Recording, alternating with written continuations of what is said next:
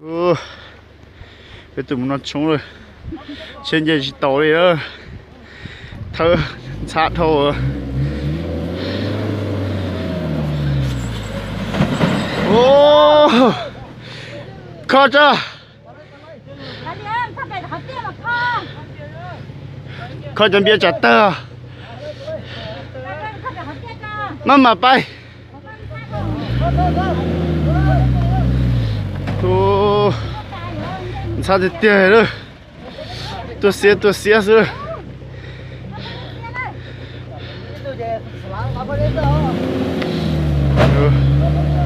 Hàng tiền rồi.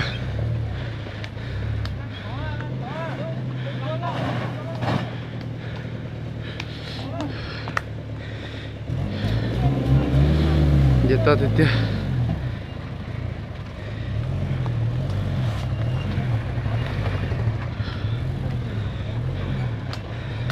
Ô, sắp lỡ kìa. Là to nó hàng tận ta đấy đó.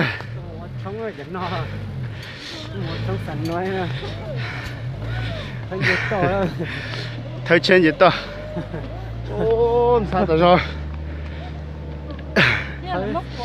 Thấy gì to là gì ta đấy bán nó. Mua cái đấy mà hay là lúc học xét đấy mà hay hơi xa. Ôi giời. Chỉ tông to đó chứ. Sát ta rồi. Tôi bỏ hậu tôi.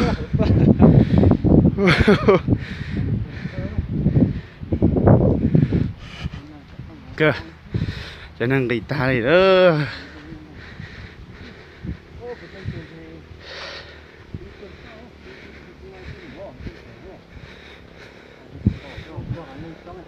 cho nên我自己出中现在有不单啊。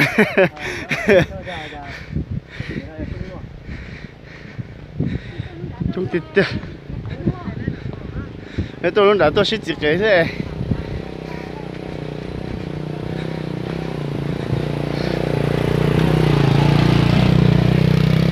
太可憐了。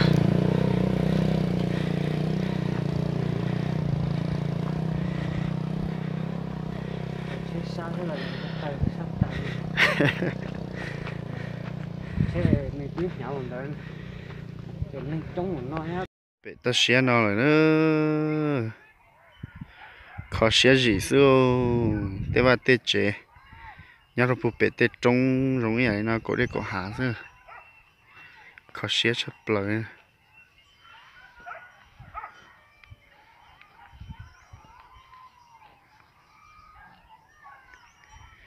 nhà bé nhà gì li nó tí nọ, chả nhà bé gì đâu phân đá, lợi sức, khó xe thì tiếc.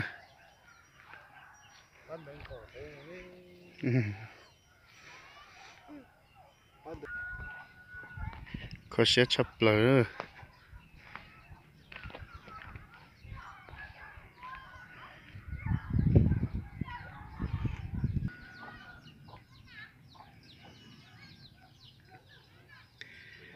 Là rồi lúc trong xe sát tí nên bỏ sát tí thâu sân đầu chỉ ra đầu sáng này à tua để bỏ sân đầu nay nhà nữa nó này cho biết là xây tua hàng nhung sinh đầu là pu nha hồng qua này ạ dùng trọc thía lọ thía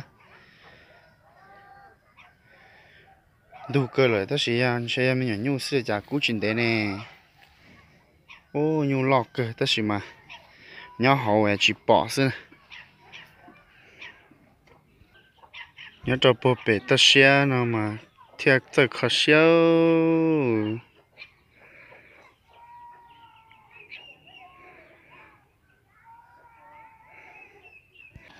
này à lúc trẻ bé tôi trông này ạ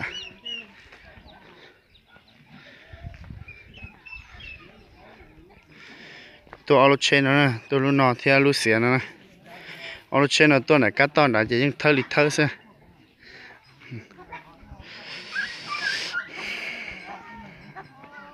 giờ to thế tôi để tại sao xé tại sao này